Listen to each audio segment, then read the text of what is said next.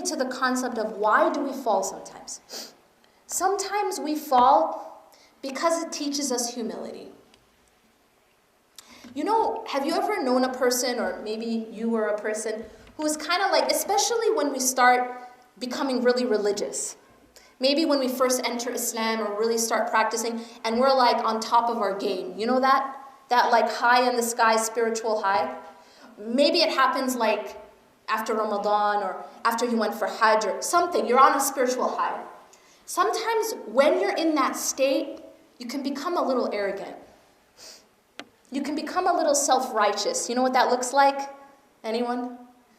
Like the haram police type thing. You know what I'm saying? It's like you're put on this earth to change everyone else because you're already perfect. You know what I'm talking about? That's arrogance, because you're not perfect.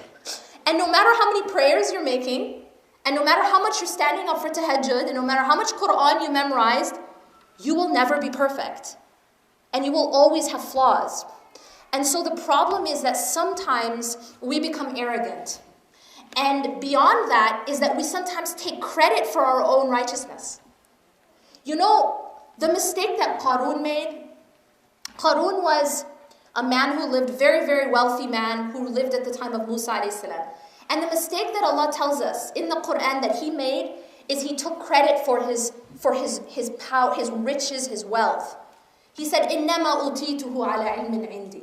I got all of this from a knowledge in me. See, he took credit for his blessings. He took credit for his gifts. And sometimes when we are practicing, when we are, you know, we feel like, I'm religious, you know. Did you see what I did? You know, like we feel proud. And don't get me wrong, we should feel good about obedience. But I'm talking about something else. When we take credit for it and we feel arrogance, we feel it's because I'm just amazing, you know? It's because I'm awesome, and see all these little people around me, they're not quite as awesome as me. Do you know what I'm talking about? And maybe those little people are at the masjid, and maybe those little people are in our home, maybe they're in our family, but it's to look down on other people. That is arrogance. That's the definition of arrogance. And so sometimes we fall to teach us humility. And that individual who is arrogant, and that individual who's taking credit for their righteousness and looking down at others and judging others and ridiculing others, often they will slip. And they will end up sometimes in the same place that they were previously ridiculing. Make sense? It's very dangerous to not show gratitude for the gifts of Allah. And the greatest gift of Allah is hidayah, is guidance. So if you are guided, if your children are guided, if your family is guided, don't think it's because you're awesome and everyone else isn't. Realize that it is a ni'mah of Allah subhanahu wa ta'ala. It's a gift. You know the word hidayah means guidance, it also means gift. So it's a gift. All right? So this is one of the things that sometimes happens when we fall. Then a lot of people become more humble after they fall. They become more, they realize that they're human, you know what I mean? They're not like they're not like a superhero, that they're not superhuman, that they're not angels. And so in that sense, this slip actually humbles you. You know, Ibn al-Qayyim has a very powerful statement in which he says that there are some people who they do a good deed, and because of that good deed, they end up going to hell. And some people who commit a sin, and because of that sin, they end up going to heaven. Why? And then he explains. He says that that person who did the good deed, because of that deed, he may have become arrogant.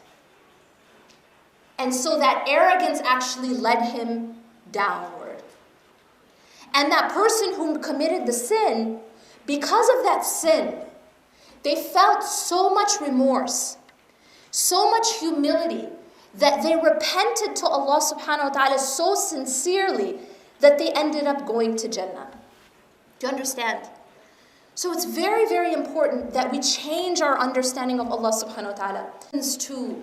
And one of the fruits of difficulty and hardship is it teaches us compassion. It teaches us something called empathy. When you've been down, when you've faced struggle, you become more compassionate towards others who are facing struggle. You become more empathetic. You feel more for others if you've been through it, or you've been through something like it. And if you look at the prophets, peace be upon them all, when you look at Muhammad sallallahu alaihi wasallam, look at how much he went through. From the time he was born, he was dealing with tragedy. From the time he was born, he was dealing with loss. His father was already dead, had already passed away when he was born. And then his mother when he was a child. And then his grandfather. Do you understand the amount of loss? He was an orphan from when he was a child. And so he dealt with loss from the beginning. What did that teach the Prophet ﷺ? It made the Prophet ﷺ, it taught him that empathy and that compassion, because he himself had been through it. He himself had been an orphan. So when he reaches out to orphans, he knows what that's like. He had dealt with loss, alayhi salatu wasalam.